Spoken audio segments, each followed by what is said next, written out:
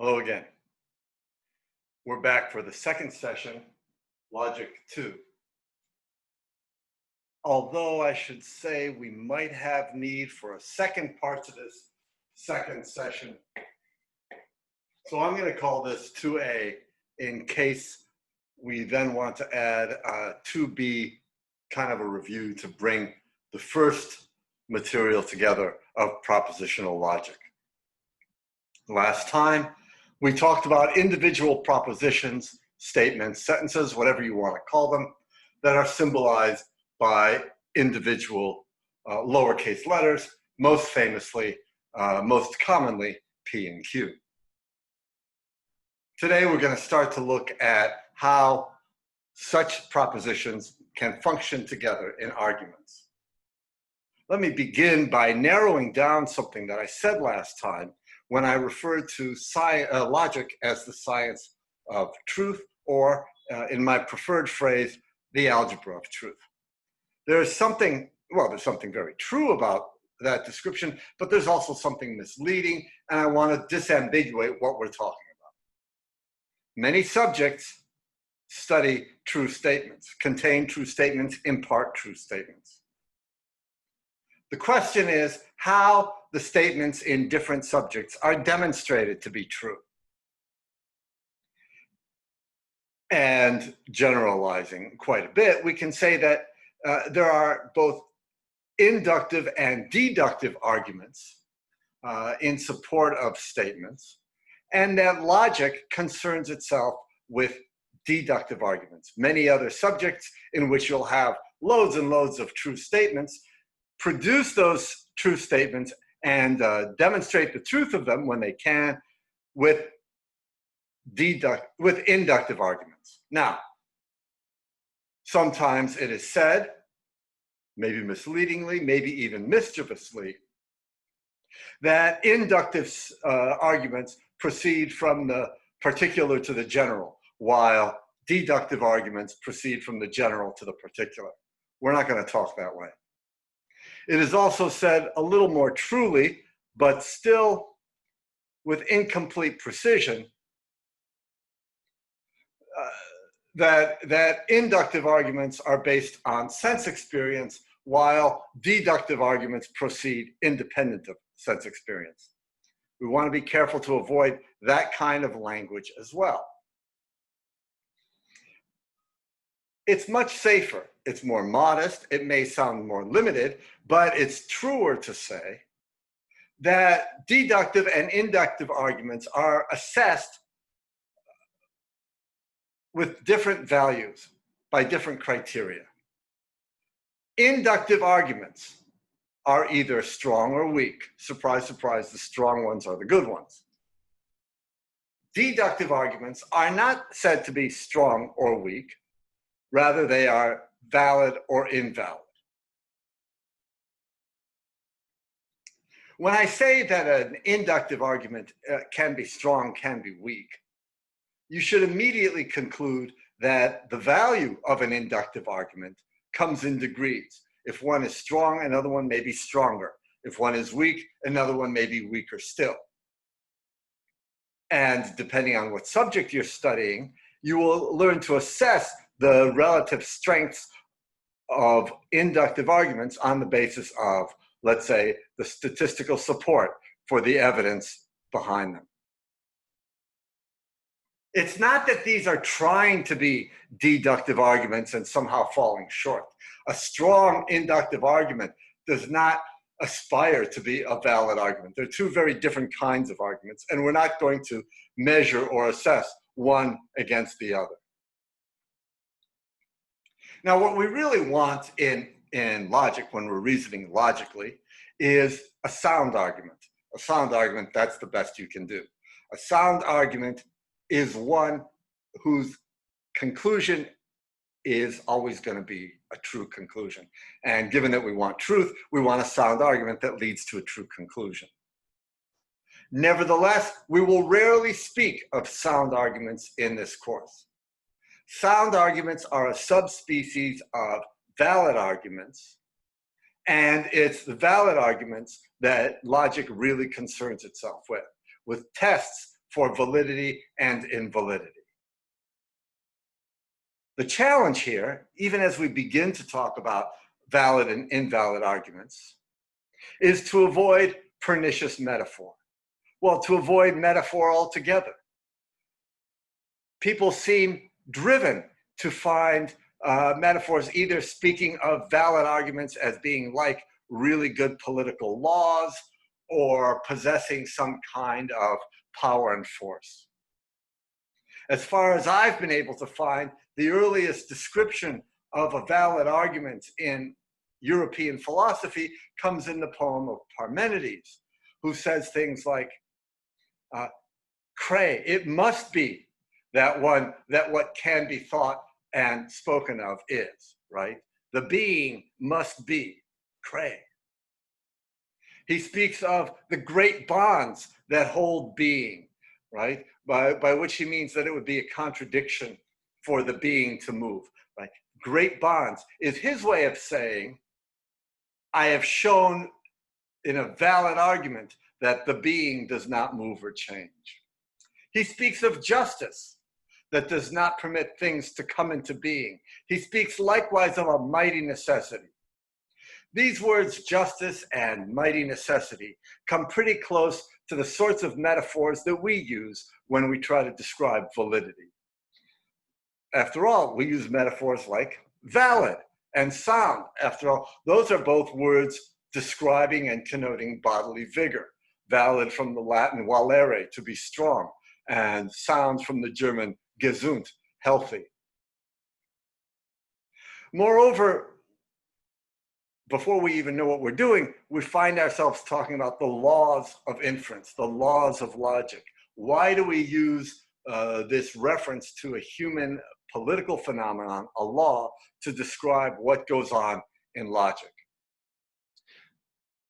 It's grandiose language, really. And all I'm asking now is that we remain alert to the temptation that we often face to use this kind of language. Well, how are we going to describe a valid argument with as little metaphor as possible? I would say the following. A valid argument is one in which, if all the premises are true, then the conclusion is true. I'm not saying that the premises of a valid argument are true. I'm saying that if the premises are true, then the conclusion is also true. So let's take this argument. All dogs are philosophers. All philosophers are godlike. Therefore, all dogs are godlike. A lovely argument. You might want that conclusion to be true. And if it's a sound argument, you know the conclusion is true. But in order to establish that it's a sound argument, we would need to be sure that it's not only valid, but has all true premises as well. We would have to look at into Plato's Republic, where it's asserted that dogs are philosophers. And we would want to look at Plato's dialogue, The Sophist, where it's asserted and explained that all philosophers are like gods, are godlike. You may want to reject one or both of those premises, but look at the argument. All dogs are philosophers, all philosophers are godlike, therefore all dogs are godlike. That is a valid argument. Maybe both premises are false. Maybe you can't trust the conclusion worth a dime, but if the premises are true, if the premises are true, then that conclusion is true. So the argument is valid.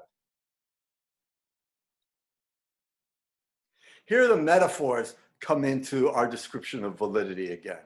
Some of them harmless metaphors, some not so harmless. We speak of the premises in a valid argument as somehow supporting, lending weight to, lending support to the conclusion. It's an architectural metaphor. After all, the very word premise, as in the grounds, is an architectural metaphor for the sentences in the argument. And this kind of metaphor, as I said, probably harmless. It's interesting how often metaphors for a valid argument go beyond that and start speaking forcefully. You must accept the conclusion on pain of contradiction. All right, I didn't know contradiction was so painful. In fact, I see it all every day. It doesn't seem very painful at all. People say that the premises force the conclusion to be true. And then in one of the more grisly metaphors for the power or violence in a valid argument, people say it's a knockdown, drag-out argument. Okay. We have no need for any such big talk in practice, and we won't need to appeal to it when we're talking about valid arguments either. If all the premises are true, the conclusion is true. That is all you know on earth and all you need to know. Okay. And it's all we need to know in particular to start using truth tables in order to test an argument for validity. In a truth table, what we're going to do is we're going to take that definition of validity. When all the premises are true, the conclusion is true. And we're going to use that definition in order to look on the truth table for the evidence of an argument's validity or invalidity. Let's take what you might call the bread and butter deductive argument of all time. Modus ponens.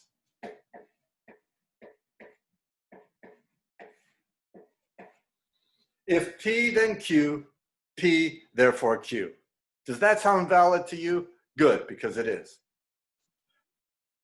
How do you know it's valid? Well, we can all tell. If P, then Q, P, therefore Q. It's obvious, yes. But logic does not content itself with recognizing what is obvious. Logic sets out to demonstrate the obvious as well as the non-obvious. We're going to use a truth table, and we're going to set up the truth table so that it displays the premises and the conclusion to this argument.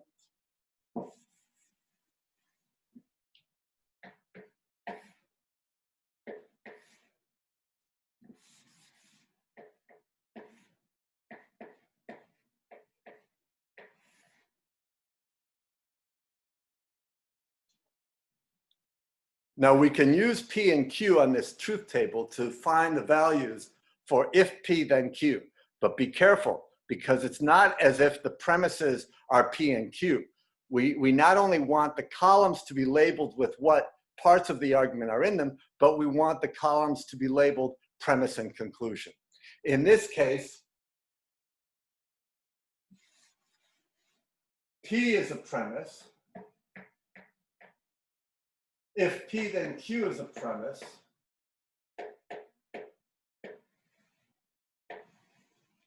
and Q is the conclusion. All right, well, you recall how to set up a truth table.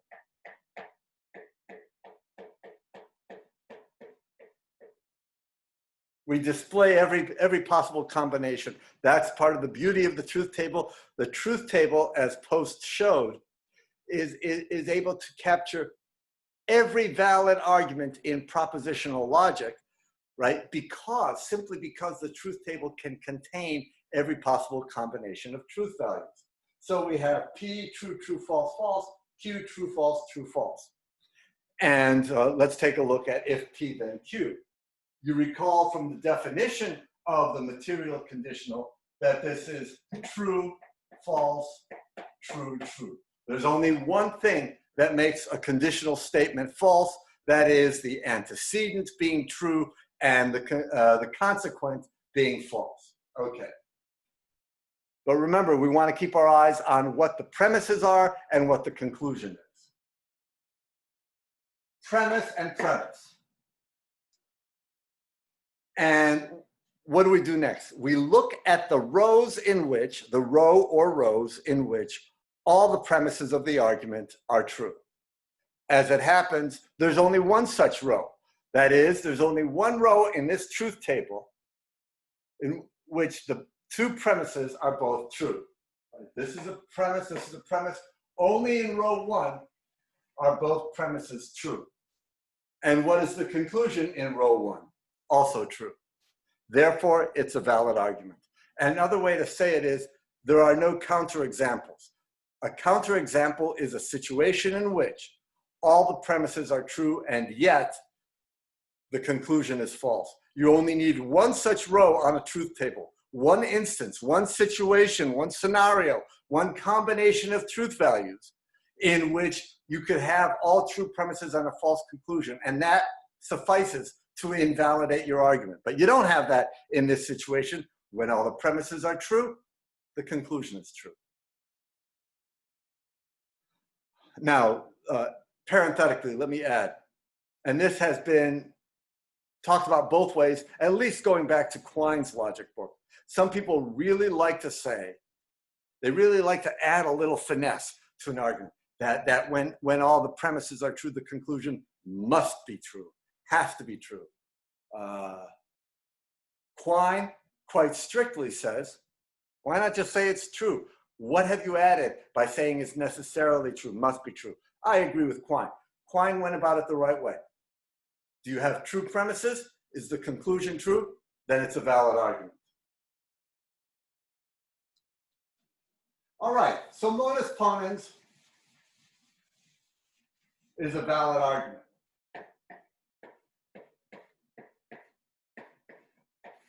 Now let's look at this superficially similar argument. If P then Q, Q therefore P. How does that look to you? Sometimes it helps, although it can also be misleading, but sometimes it helps to substitute sentences from natural language. So if the car runs, then there's gas in the tank. There's gas in the tank, therefore the car runs. You might think that's not a valid argument. You'd be right. This is not a valid argument. This is a common fallacy. It's the fallacy of affirming the consequent, a name you don't have to know. Can we show, using truth tables, that this is an invalid argument? Yes, and I immediately regretted erasing the truth table because what's fascinating, what's fun, what's interesting, in my opinion, is that you can use the same truth table for this as for the valid argument modus ponens that we just looked at.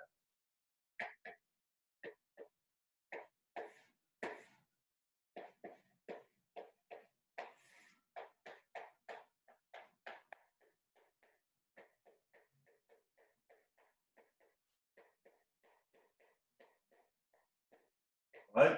This is, as you know, after all, this is just the definition of if P then Q.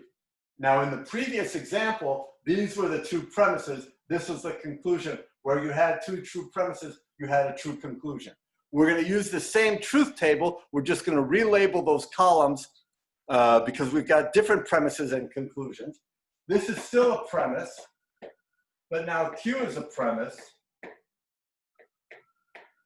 and the conclusion is P. Are there any rows in which all the premises of the argument are true? Well, sure, row 1. True premise, true conclusion. Now what about row 3? True premise, false conclusion. That row contains what we call the counter argument. Right? This is an invalid argument because it has at least one row on the truth table in which all the premises are true, and yet, nevertheless, there's a false conclusion. So this is an invalid argument.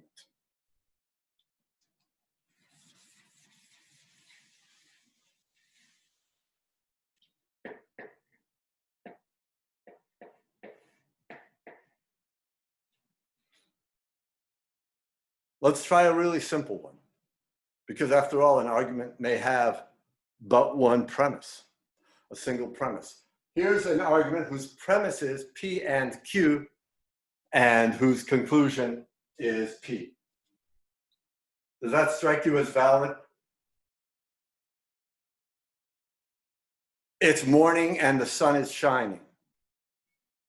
Does it follow that it's morning? Sure. If both of those things are true, why wouldn't one of them be true? That's common sense, but we're not going to rely on common sense. Right now, we're showing not how to supplant common sense or common sense logical intuitions with truth tables, but rather how to use truth tables to demonstrate what our intuitions might tell us. After all, intuitions can be misled. That fallacy that we just looked at, the fallacy of affirming the consequent, people slip into that kind of reasoning all the time when they're not careful. The truth table guards against that kind of error. Again, we're going to want a truth table with 4 rows.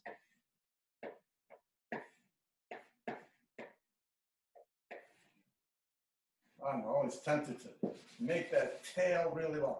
And by the way, you can write P dot Q, you can write P ampersand Q. It's all fine.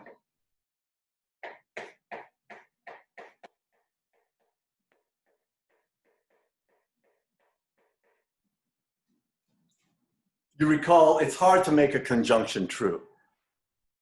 The conjunction is only true in one instance when each of the conjuncts is true. And now, important step, let's label the conclusion and the premise. Here's our premise, and here's our conclusion. Notice we've got a column here, that elemental Q, that elemental proposition that does not appear anywhere in the argument, okay? Just one thing to watch out for when you actually run through these truth tables, you're not always going to be looking at the columns that have the individual letters in them, all right? You want to make sure you keep your eye on which ones are the conclusions and which ones are the premises. So, if the premise is P and Q, we need to look at the line or lines in which, the row or rows in which all the premises are true. What rows are those? Well, there's only one. There's only one place where the premises are all true. That is row 1. We look over to the conclusion. It's true there as well. It's a valid argument. Now, and this time I won't forget and erase the truth table. Let's use the same truth table to examine a different argument, one that reverses the premise and conclusion from the preceding example.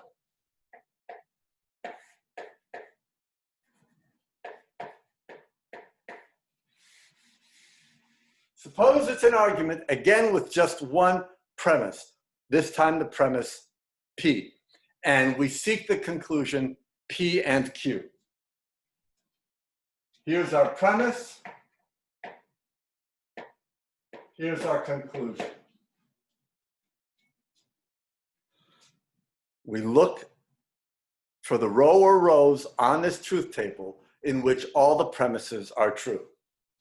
First row, the premise P is true. So far, so good. The conclusion is true as well. Second row, the premise P is true. Counterexample, the conclusion P and Q is false in that row, therefore we have an invalid argument. Wait, but what if we had lots of other rows in which all the premises were true and the conclusion is true? Sorry. When you have one counterexample, you fail to have a valid argument. Right? Therefore, this is an invalid argument.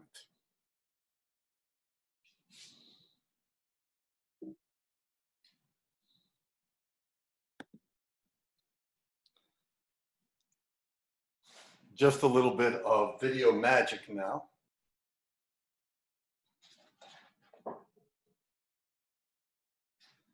So that we wouldn't waste airtime writing this on the board. Let's try a more complex argument with longer, harder premises. Here's the argument. If Mercury is retrograde, communication is imperiled. If the moon is in Taurus, progress is possible. Either progress is not possible or communication is not imperiled. Therefore, Mercury is not retrograde or the moon is not in Taurus. I'm not really sure what those sentences mean, but after all, we only want to see if the reasoning is valid, not if the premises are true. So, if Mercury is retrograde, communication is imperiled. If the moon is in Taurus, T for Taurus, then progress is possible. Either progress is not possible, the negation of P, or communication is not imperiled, not C. Conclusion, either Mercury is not retrograde, not M, or the moon is not in Taurus, not T. All right, I got things started writing up the truth table. Remember, we want to label the premises. These three are premises, and this is the conclusion. Well, the first premise, if Mercury is retrograde, then communication is imperiled. That's a simple material conditional. It's going to be true unless M is true and C is false. That's in lines 5 through 8. Otherwise, it's all true. Okay, similarly, the second premise is a simple material conditional. It will be false when T is true and P is false. Okay, so that's going to be in line 2. Down here again.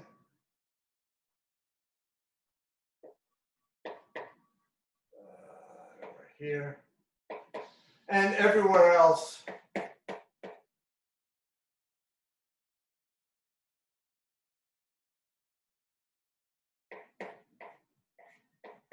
Everywhere else, it's true. All right.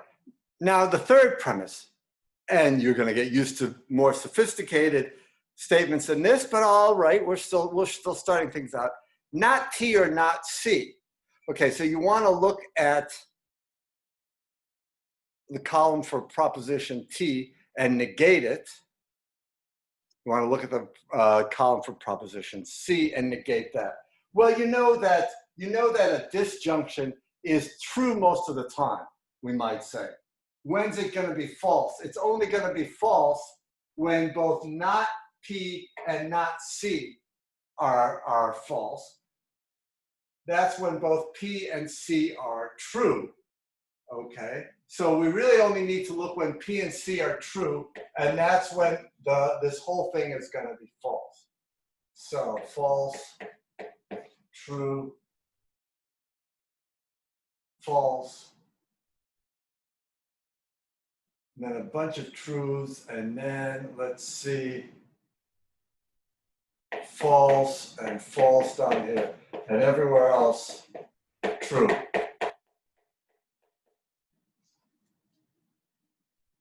And I'll just tell you what this last column looks like to save time. And because I worked it out, those of you curious are welcome to duplicate this at home. This last column will be false, false, true, true, false, false, and then after that, all true.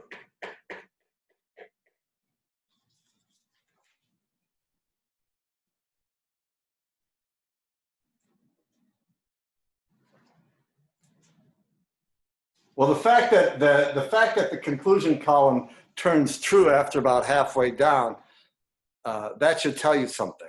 What it tells you very specifically is that you're not going to have to worry about finding a counterexample in those rows. But that's not how we proceed with the standard truth table. With the standard truth table, we have to do things the slow way, and we ask ourselves, in what row or rows are all the premises true? Now, once in a while, this won't happen often, but once in a while you will find there are no rows, 0 rows in which all the premises are true. Is that possible? Is that even conceivable? Sure, you can have an inconsistent group of premises. Maybe the premises never are all true together. Guess what? Then it's a valid argument. Because again, the valid argument is the one in which if all the premises are true, then the conclusion is true. If you never have a situation with all true premises, then it's a valid argument. Does that sound weird? You start with a bunch of false things or incompatible sentences, and then you have a valid argument. Yeah, it's the principle. If you buy that, you'll buy anything, right? If you're willing to accept an inconsistent group of premises, everything will follow from that. In this instance, when you look at the truth table, you will find 5 lines, 5 rows out of the 16 rows in this truth table in which all the premises are true. Lines 4, 12, 13, 15, and 16. Okay? Try it at home. If you don't believe me, you'll get the same result. In those 5 rows, 4, 12, 13, 15, and 16, all the premises are true. In those same 5 rows, you will see the conclusion likewise is true. There are no counterexamples. This is a valid argument. Well, you may be forgiven for thinking that's a long way to walk for a little drink of water. Indeed, indeed. The truth table method for testing validity has the great advantage that it always gives you a result, that it can be carried out in a mechanical fashion. Why? I don't think you'd even have to know very much about computer programming to see that you could program a computer to test an argument this way. But as in so many other areas of life, what a computer gladly does, taking step after step, a human being may quickly find tedious. And where you find an operation tedious, you're loath to do it at all. You find yourself making clerical errors. You put off the whole process. There are disadvantages, yes, indeed, to the truth table. It has the advantage of always giving you an answer. It has the disadvantage of being tedious and unimaginative. Can we fiddle with truth tables so that we can retain their basic value in evaluating arguments and yet escape from the tedium, length of time that it takes to follow through? Yes, up to a point.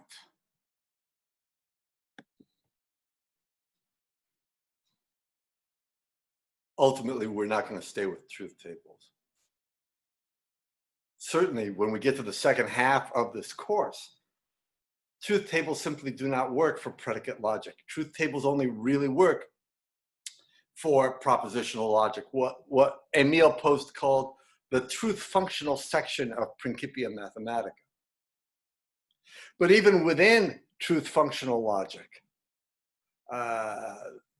we're going to graduate in just a few weeks to other methods by which we can evaluate logical arguments.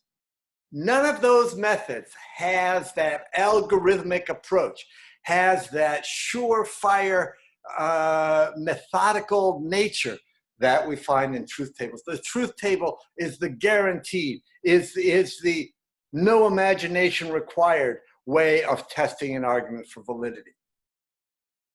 Hats off to the truth table. But even before we proceed to, for example, rules of inference, or my favorite, to the indirect proof and the tree method, maybe there are ways of using a truth table, but shortening it a little bit. There are indeed two. There's one that I think is very good and straightforward, the partial truth table method. There's another one I'm not quite as keen on, the short truth table method, okay? But those are both ways of using that basic technology of the truth table, but reducing the number of mechanical steps you have to take to arrive at its conclusion. Okay, the partial truth table I like because, like the big truth table, it requires no imagination, not really any abstract thinking. Here's the basic idea of it. When we applied the truth table at large, what did we do? We worked out all the truth values of the premises.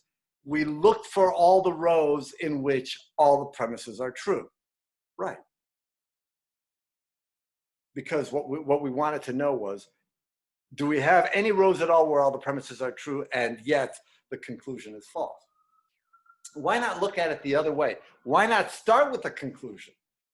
Why not work out the truth values for the conclusion and then just figure out what the premises must be when the conclusion is false? After all, when the conclusion is true, it doesn't matter what the premises are. They can be all true, they can be all false, they can be any combination of true or false. You don't care. So why bother working out the truth values of the premises for all the other rows of the column of the truth table? Instead, you just calculate where the conclusion is false. False in row 1 and 2, false in row 5 and 6, and true throughout. There are only 4 rows you're going to need to look at for counterexamples. Now, see how you had previously figured out the truth values for all 3 premises in every one of the 16 rows. Turns out the joke is on you, because only 4 out of those 16 rows matter. So in the, again, this is the partial.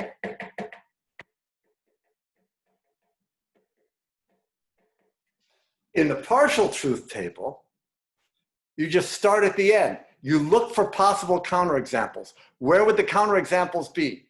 Well, they would be in all the rows in which the conclusion is false. Which rows are those? In this case, we found 4 rows.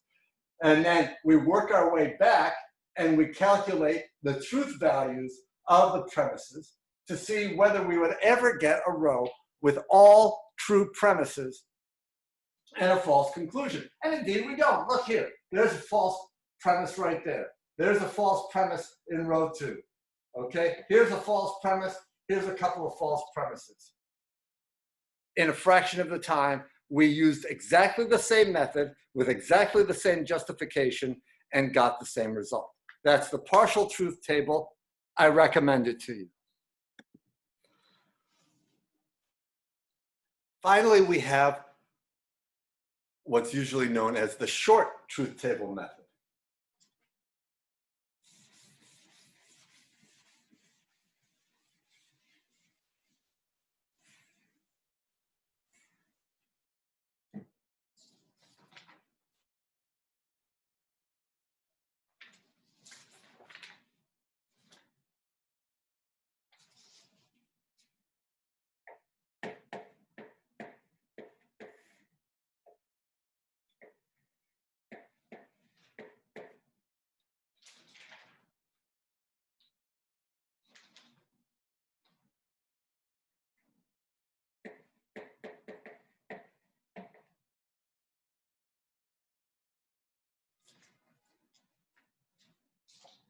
We're still using the same argument, same premises, same conclusion. You already know what the answer is. This is a valid argument. We don't really come up with anything that looks like a truth table. We have, as it were, the place where a truth table would be, and we reason about the truth values of the elemental propositions involved in this truth table and whether there could be a combination that would give us a counterexample. Remember, counterexample for us means all premises true, conclusion false. Okay.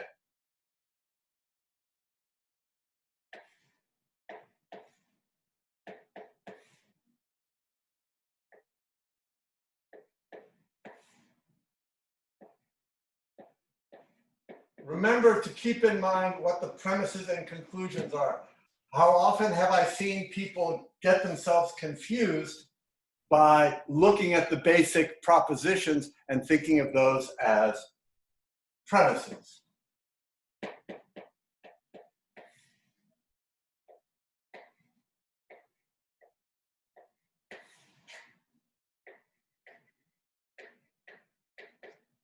Right, there's our conclusion.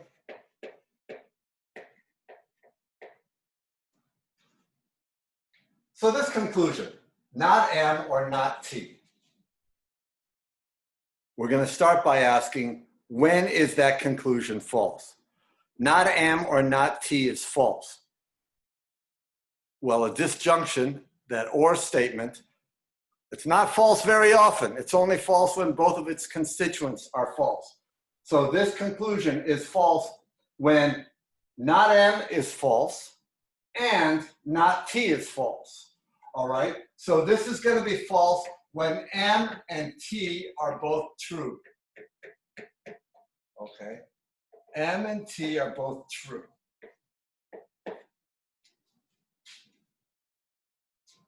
That's the only time you have to worry about a counterexample, when M and T are both true. Armed with this information, this is just about the basic propositions. Remember, these are not premises. Let's not get confused. These are not premises. These are the premises. But we know that M is going to have to be true and T is going to have to be true in order for the conclusion to be false.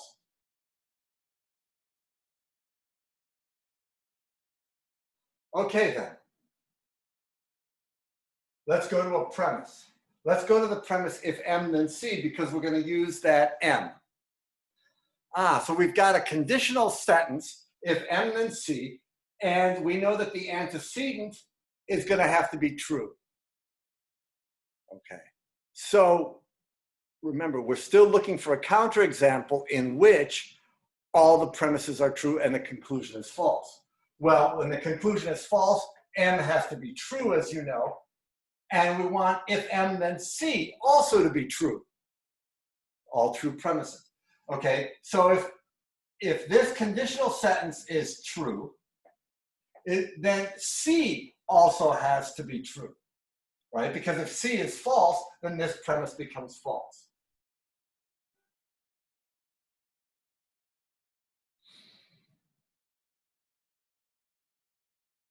Meanwhile, we know that premise, or the proposition T, also has to be true, and we can use the same reasoning with this conditional statement, if T then P. When its antecedent is true, this entire conditional is true. Again, that's what we want. We want all premises true. And this entire conditional is true only when the consequent is true. If the antecedent is true, the consequent has to be true. So again, P has to be true, right? P has to be true to make this premise true. C has to be true to make this premise true. Okay. Now, using these truth values for the elemental propositions in the argument, let's see if we can make the third of our remaining premise, the third premise, also come out true. Not P or not C, where C and P are both true. Not a chance. If C and P are both true, then not C is false, not P is false, and so this is false. Therefore, we found it impossible to construct a scenario in which the conclusion was false and all the premises are true. That is to say, we found it impossible to find some assignment of truth values to the basic propositions in this truth table, some assignment of truth values that would then make all the premises true and the conclusion false. We found it impossible to make a counterexample. Where there are no counterexamples, the argument is valid. Now, why did I say I'm not a big fan of the short truth table? As opposed to the partial truth table, hats off to the partial. I suppose my problem with the short truth table is this.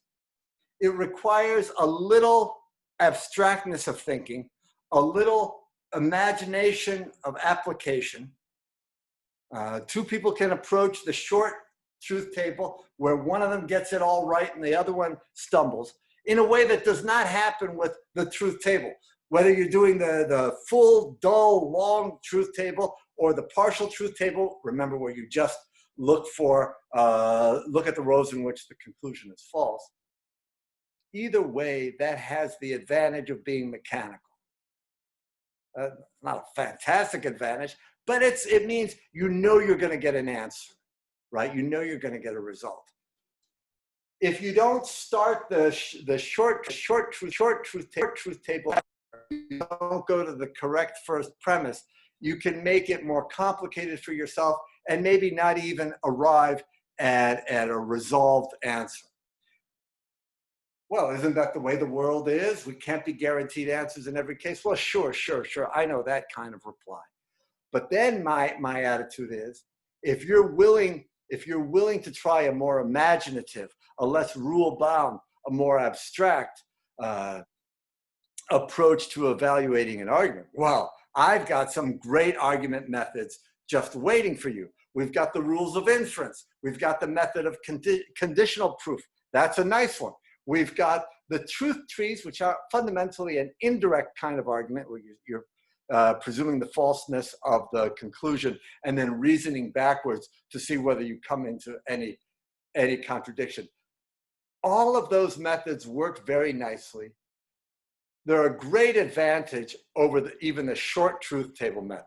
So if you want to escape the tedium of the complete truth table, and I don't blame you if you do, then let's just go ahead and learn one of these other methods. The nice thing about the truth table is that it exists, right? It's one of those things, you never have to do another truth table in your life after you're done with this section of this course, but it's good to know it's there, right? The gold is in Fort Knox. I don't have to drive down there and look at it. I'm content to know it's there. And I'm content to know that the gold standard for evaluating the validity of a truth functional argument is the truth table. I don't have to sit down and work out the details. Anyway, that's my opinion. We're going to do a little review of the validity and the translation of truth functional logic in section 2B of our recorded lectures before going on to some general remarks about validity.